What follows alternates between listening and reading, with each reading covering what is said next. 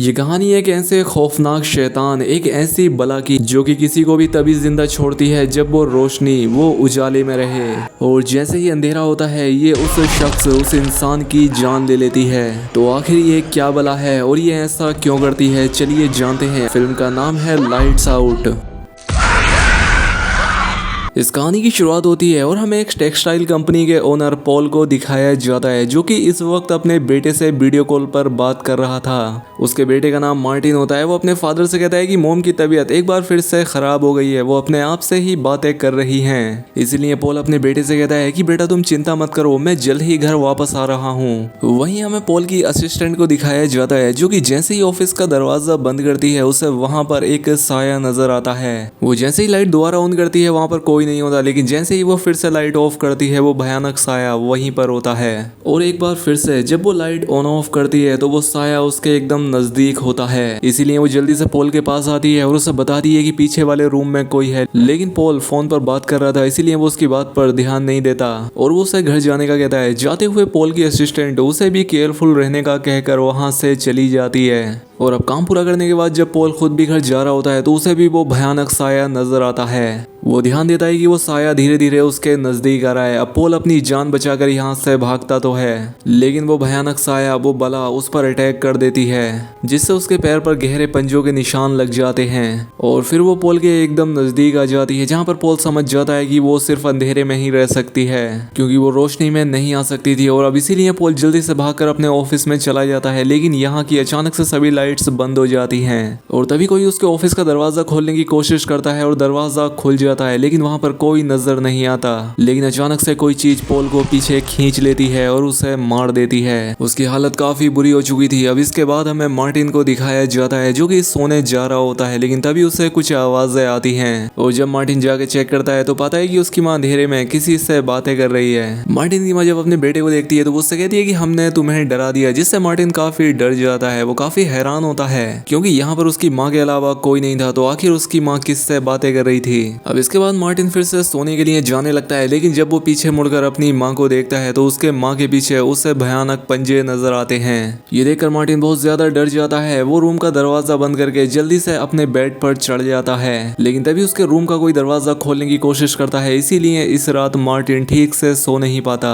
अब अगले दिन मार्टिन स्कूल में ही सो रहा होता है, इसीलिए चाइल्ड वेलफेयर वाले उसकी माँ सोफी को पहले कॉल करते हैं, लेकिन सोफी से कांटेक्ट ना होने के चलते वो उसकी सौतेली बहन रेबेका को यहाँ बुलाते हैं। अब स्कूल वाले रेबेका को बताते हैं कि मार्टिन यहाँ आते ही सो गया था और मार्टिन ने ऐसा इस हफ्ते में तीसरी बार किया है। इसीलिए रेबेका अपने भाई मार्टिन को लेकर अपनी मोम रेबेका के घर आ जाती है। यहाँ पर रेबेका मार्टिन से पूछती है कि क्या तुम्हारी माँ किसी से मिलती जुलती है। मार्टिन जवाब देता है कि मेरी माँ सिर्फ डायना से मिलती है और उसी से अकेले में बातें भी करती है। ये बात सुनकर रेबेका बहुत हैरान हो जाती है। वो कहती है कि डायना जैसा तो कुछ है ही नहीं। अब रेबेका और उसकी माँ के बीच थोड़ी नोकझोंक हो जाती है। अब इसके बाद यहाँ से जाने के लिए जब मार्टिन अपने कपड़े पैक करके आ रहा होता है तो वो आते हुए अपनी मोम के रूम में झांकता है और तभी वो भयानक साया इस बार फिर से उसे डरा देता है। यहाँ पर रेबेका अपनी माँ से कहती है कि मैं मार्टिन को कुछ दिन के लिए अपने घर लेकर जा रही हूँ। ये बात सुनकर सोफी काफी रोती है। वो इन दोनों बच्चों को रोकने की बहुत कोशिश करती है, लेकिन रेबेका अपनी माँ की एक बात नहीं सुनती और वहीं मार्टिन भी डरा हुआ था, इसीलिए वो भी अपनी माँ की कोई बात नहीं सुनता और ये चले जाते हैं। और रात में रेबेका सोते हुए अचानक से नींद से जाग जाती है और वो पाती है कि मार्टिन उसके पास नहीं है। और तभी रेबेका को उसके दरवाजे पर स्क्रैचिंग की आवाजें आती हैं। उसे लगता है कि शायद ये आवाजें उसका भाई मार्टिन कर रहा है। और तभी रेबेका को बाहर जल बुझ रही लाइट में वही डेमोनिक शैतान, वो साया नजर आता है। लेकिन इससे पहले वो लाइट फिर से ऑफ होती, रेबेका जल्दी से जाकर लाइट ऑन कर देती है। रेबेका जल्दी से बाथरूम में जाती है। वो देखती है कि मार्टिन यहाँ बाथटब में सोया हुआ था और सोते हुए भी उसने एक टॉर्च को ऑन करके अपने हाथों में पकड़ रखा था। अब अगली सुबह चाइल्ड वेलफेयर की एक औरत आती है और मार्टिन को अपने साथ ले जाती है, क्योंकि कानून के हिसाब से सोफी मार्टिन की गार्डियन थी, रेबेका नहीं। अब रेबेका की नजर उस जगह पर पड़ती है जहाँ पर वो रात में शैतानी साया उस जगह पर स्क्रैच कर रहा था। वहाँ पर उसने एक नाम लिखा था और एक बच्चे की पिक्चर भी बनाई थी। इसके बाद रेबेका अपने बॉयफ्रेंड के साथ अपनी माँ के घर जाती है। वो अपने बीएफ से नीचे ही रुककर पहरा देने के लिए कहती है ताकि अगर उसकी उसकी माँ आ जाए तो वो उसे बता दे। यहाँ पर रेबेका डायना से रिलेटेड जो भी प्रूफ थे वो ढूंढ रही थी। तभी यहाँ पर उसे एक बॉक्स मिलता है जिसमें डायना और उसकी मॉम के कुछ रिकॉर्ड होते हैं। वहीं पर रेबेका को उसकी मदर और डायना की एक पिक्चर भी मिलती है। यहाँ पर रेबेका को यह भी पता लगता है कि जब उसकी माँ छोटी थी तब वो एक मेंटल हॉस्पिटल में भर्ती थी और वहीं पर उसकी माँ को डायना मिली थी और डायना को उस वक्त एक अजीब तरह की स्किन डिजीज थी जिसके चलते वो सूरज की लाइट में नहीं आ सकती थी और अगर वो लाइट में आती थी तो उसकी स्किन जलने लगती थी।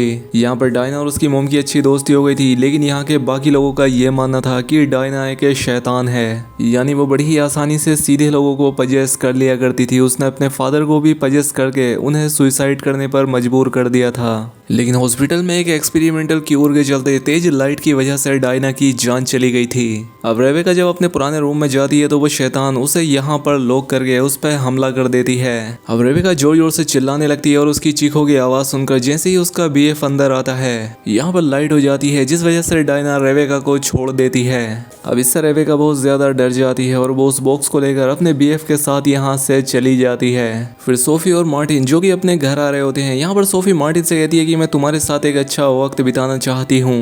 कहती है कि हम तीनों आज रात बैठकर मूवी देखेंगे, जिससे मार्टिन फिर से डर जाता है और अपनी माँ से कहता है कि नहीं मॉम, सिर्फ हम दोनों। जब ये टीवी देख रहे होते हैं तब सोफी अपने घर की लाइट्स ऑफ कर देती है और यहाँ पर डायना आ जाती है जिससे मार्टिन बहुत डर जाता है। यहाँ पर सोफी अपने बेटे से कहती है कि बेटा चिंता मत करो, डायना मेरी दोस्त है, मैंने काफी दिनों तक उसे अपने आप से दूर रखा, लेकिन अब डायना हमारे साथ हमारी फैमिली की तरह ही रहेगी। और अब जब मार्टिन डायना को देखता है वो बुरी तरह से डर जाता है, वो लाइट्स ऑन करता है और यहाँ से भाग जाता है। अब डायना गुस्से में सोफी को भी मारती है। अब मार्टिन जल्दी से भागकर रेबेका के घर आ जाता है और अब यहाँ पर रेबेका भी अपनी मॉम की स्टोरी अपने भाई को बताती है।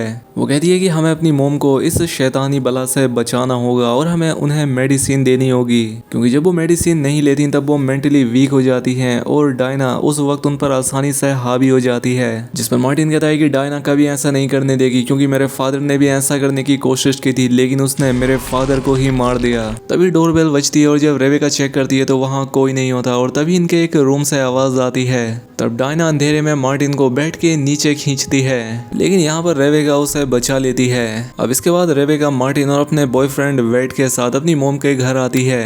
रेबेका अपनी मॉम से डायना के बारे में बात करती है। अब पहले तो सोफी एकदम अनजान बनती है, जैसे कि वो किसी डायना को जानती नहीं हो, लेकिन जब रेबेका उसे डायना के साथ उसकी पिक्चर दिखाती है तब सोफी बताती है कि अच्छा हाँ, डायना मेरी फ्रेंड है। और इसी बात के चलते इन दोनों माँ बेटी के बीच एक बहस हो जाती है, जिस वजह से गुस्से में सोफी अपने रूम में चली जाती है। अब इसके बाद रेबेका अपने भाई मार्टिन से अपने साथ चलने के लिए कहती है, लेकिन इतना ज़्यादा खतरा होने के बाद भी मार्टिन जाने से मना कर देता है। कहता है कि मेरी माँ को मेरी ज़रूरत है और इस मुश्किल घड़ी में मैं उन्हें छोड़कर कैसे जा सकता हूँ। और अब इसलिए रेबेका और बेड भी यहीं रुकने को तैयार हो जाते हैं। अब रेबेका घर की सारी लाइट्स ऑन करके उन पर टेप लगा देती है, जिससे कोई भी लाइट्स बंद ना कर सके। इसके साथ ही ये घर में और भी ज्यादा एक्स्ट्रा लाइट्स भी लगाते हैं। उसकी माँ काफी परेशान नजर आ रही होती है और वो चुपके से एक कागज का टुकड़ा रेबेका को थमा देती है। और जब रेबेका उस कागज के टुकड़े को खोलती है तो उस पर लिखा था कि मुझे मदद चाहिए। ये देखकर रेबेका समझ जाती है कि सोफी मुसीबत में है और वो डायना से छिपकर मदद मांग रही है। अब रेबेका अपने भाई मार्टिन से कहती है कि वो कोई ना कोई तरीका निकाल कर अपनी माँ की हेल्प करेगी और इसके बाद सब कुछ ठीक हो जाएगा। अब रात में डायना पूरे घर का पावर कट कर देती है, हर तरफ अंधेरा हो जाता है और जब रेबेका की आंख खुलती है तो वो अंधेरा देखकर बहुत डर जाती है। वो बेसमेंट में लाइट ठीक करने के लिए जाती है।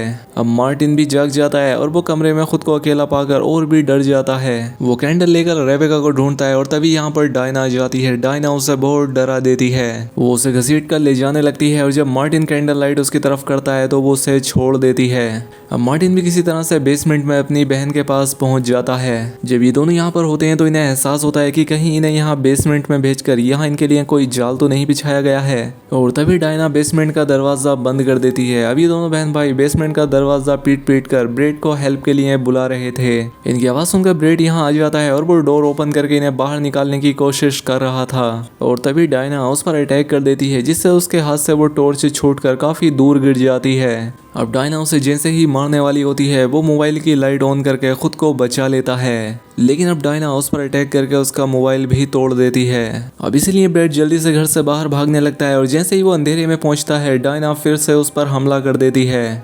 लेकिन वो गाड़ी की लाइट ऑन करके खुद को बचाता है और अब वो यहाँ से चला जाता है। अब इसी बीच सोफी की भी आंख खुल जाती है। वो समझ जाती है कि डायना उसकी कोई दोस्त नहीं है, वो उसके बच्चों को भी नुकसान पहुंचाना चाह रही है। अब यहाँ पर डायना आ जाती है जिस पर सोफी उससे कहती है कि तुम मेरे बच्चों से दूर रहो, जिस पर डायना उसे भी डराने की काफ़ी कोशिश करती है, लेकिन वो नहीं डरती और वो डायना से कहती है कि तुम्हें मेरी ज़रूरत है और इसीलिए तुम मेरे बच्चों से दूर रहो। और अब सोफी जब डिप्रेशन की मेडिसिन लेने लगती है तब डायना उसे मारती है जिससे उसका सर टेबल से टकरा कर वो बेहोश हो जाती है। और यहाँ पर डायना ने उसे इसीलिए मेडिसिन नहीं लेने दी क्योंकि अगर वो मेडिसिन ले लेगी तो वो मेंटली स्ट्रोंग हो जाएगी और वो उसे पजेस भी नहीं कर पाएगी। दूसरी तरफ वो दोनों बहन भाई बेसमेंट में ही आग जलाकर वहाँ पर रोशनी करते हैं। यहाँ पर मार्टिन को एक यूवी लाइट मिलती है और रेबेका उस यूवी लाइट को लेकर और अंदर जाती है ताकि उसे कोई जरूरत की चीज मिल सके। और यहाँ पर रेबेका को पता लगता है कि डायना यहाँ बेसमेंट में ही रहती है क्योंकि यहाँ पर हर वक्त अंधेरा रहता है। और यहाँ पर एक मैसेज भी लिखा हुआ था जो कि डायना ने रेबेका के लिए लिखा था, जिसमें उसने लिखा था कि अगर वो उसके और सोफी के बीच में आएगी तो वो उसे मार डालेगी। और तभी यहाँ पर डायना आकर रेबेका पर अटैक कर देती है क्योंकि वो यूवी लाइट इतनी स्ट्रॉन्ग नहीं थी जिससे डायना डर सके। अब रेबेका यहाँ से भागने लगती है लेकिन तभी डायना उसका हाथ पकड़ लेती है।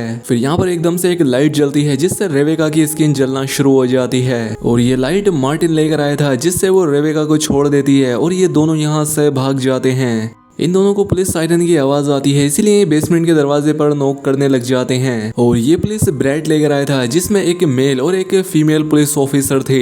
वो रेबेका और मार्टिन को बेसमेंट से बाहर निकालते हैं और तभी यहाँ पर डायना आ जाती है। वो सीनियर पुलिस ऑफिसर पर अटैक करके उसकी जान ले लेती है। रेबेका फीमेल पुलिस ऑफिसर से लाइट यूज करने का कहती है लेकिन वो उसकी बात नहीं सुनती और डायना उसे भी मार देती है। रेबेका मार्टिन को ब्रैट को देकर उससे बाहर भेज देती है और वो खुद ऊपर सोफी को लेने के लिए जाती है। और यहाँ पर एक बार फिर से डायना रेबेका पर अटैक कर देती है। वो उसे ऊपर उठाकर नीचे फेंक देती है और साथ ही वो उससे ये भी कहती है कि वो उसके फादर की तरह इसे भी जान से मार डालेगी। लेकिन अब इससे पहले डायना रेबेका को मारती है तभी यहाँ पर सोफी आ जाती है। वो उससे कहती है कि मैंने तुमसे कहा था तुम मेरे बच्चों से दूर रहना। और वो एक गन लेकर डायना को शूट करती है जिस पर डायना कहती है कि इस गन से मेरा कुछ नहीं होने वाला। और इसीलिए सोफी खुद को ही शूट कर लेती है क्योंकि डायना यहाँ पर सोफी की ही वजह से थी। और इसीलिए जैसे ही सोफी मरती है डायना भी खत्म हो जाती है। और यहाँ पर सोफी ने अपने बच्चों की जान बचाने के लिए खुद की जान दे दी थी। उसने अपनी पूरी जिंदगी सेक्रीफाइस कर दी। अब यहाँ पर पुलिस की पूरी टीम पहुंच जाती है और अब रेबेका, मार्टिन और ब्रैट एक दूसरे के साथ रहने का वादा करते हैं। और इसी सीन के साथ ये फिल्म, ये कहानी यहाँ खत्म हो जाती है।